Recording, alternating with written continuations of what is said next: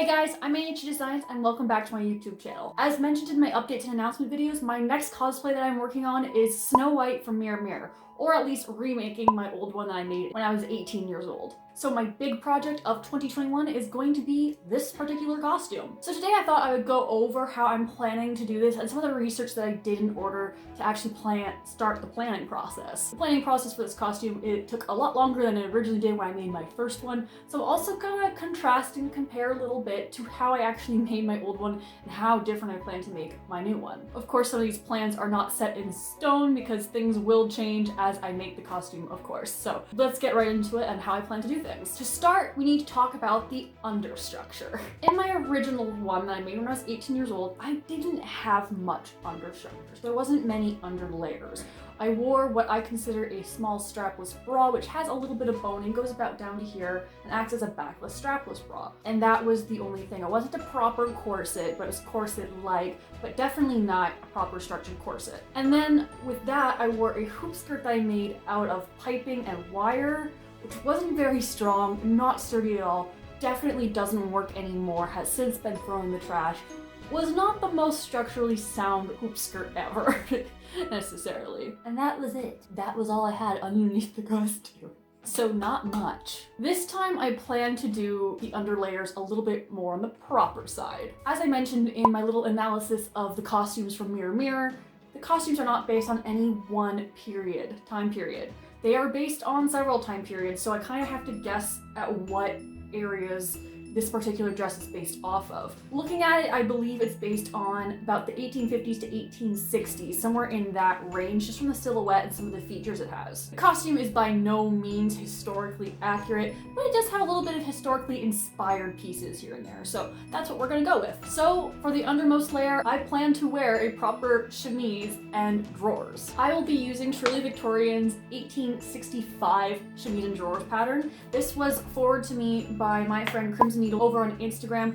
I would highly recommend checking her out. Her work's incredible, and she used these layers actually for her recent historically accurate Alice in Wonderland costume. I believe that was last year. Thank you so much for sending this to me because you really did help my little budget on this a little bit by forwarding me this pattern. And I do plan to decorate these layers a little bit. I am planning to make the chemise and drawers out of a white cotton of some kind. I haven't purchased it yet, but I will be decorating it with a little bit of periwinkle blue ribbon because I feel like being a little fancy, maybe adding a few pin tucks here and there. Again, I'm not going for historically accurate, but historically inspired for this.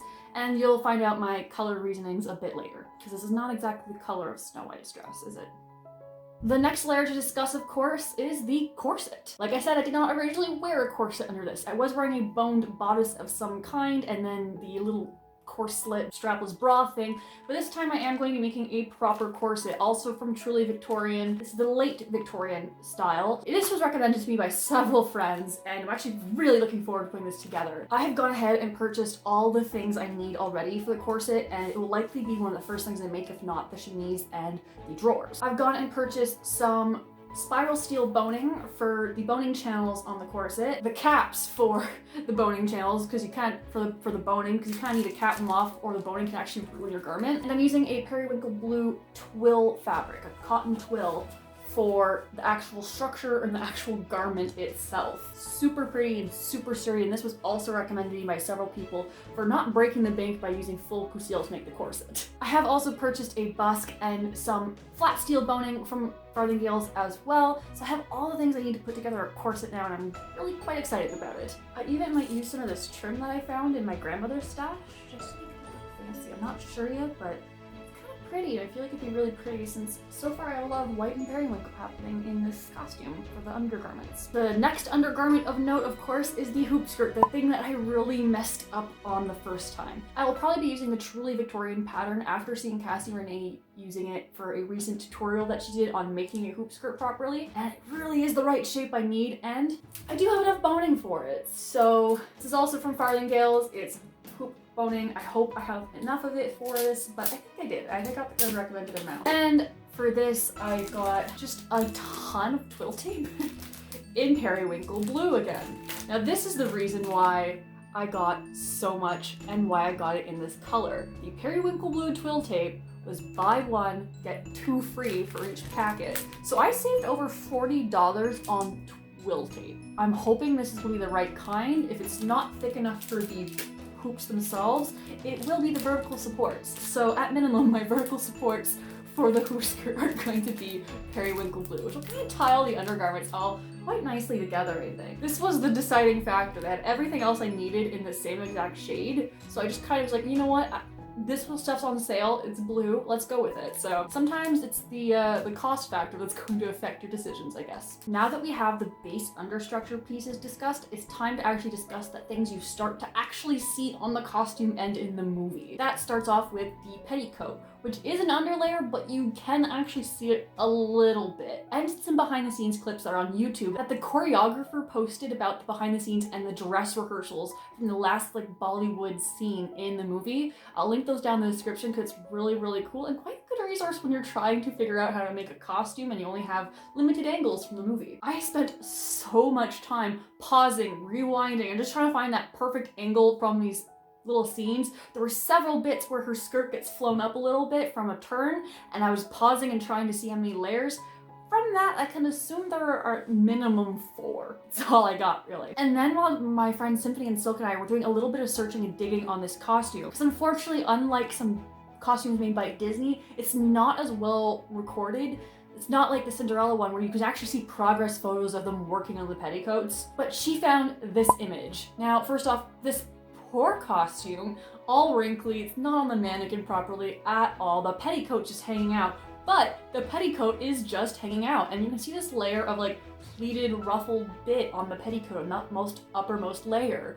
So that's interesting. I have no idea if I'm going to do that aspect of it, but we shall see. But I do find this image very interesting. Also because you could actually see the shoes. You never see the shoes.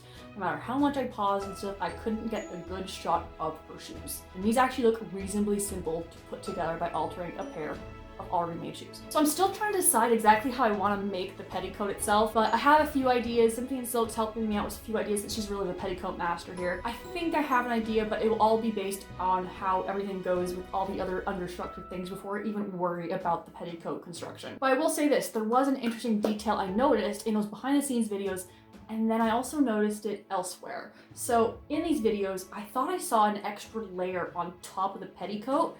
At first I thought maybe that dark blue skirt had a lining, but it actually looks like it's like a smoothing layer for the petticoat so that you don't see the smoothing happening on the actual layers that you see on the outside of the costume. And then I found the actual illustration that Aiko Ishioka did, and you see this layer is the same color as the bodice and upper skirt. It was intended to be there the whole time. I will likely not make this out of the same fabrics that I'm planning to make the rest of the costume out of. I'll probably get like a cotton or something, but I believe this is a smoothing layer, and you know, just in case the skirt flips up, you see an extra bit of blue. So that's really neat, the fact that it was even in the concept images of the costume that Aiko Ishioka designed. Now let's talk about the actual dress pieces that you really see. Iconic blue and orange parts. I'm gonna start on the skirts because we were just talking about the petticoat, and it's a good way to go off of it. I originally used a simplicity pattern for the whole thing. That would be Simplicity 1728 right here. You can tell it's clearly based on the movie and based off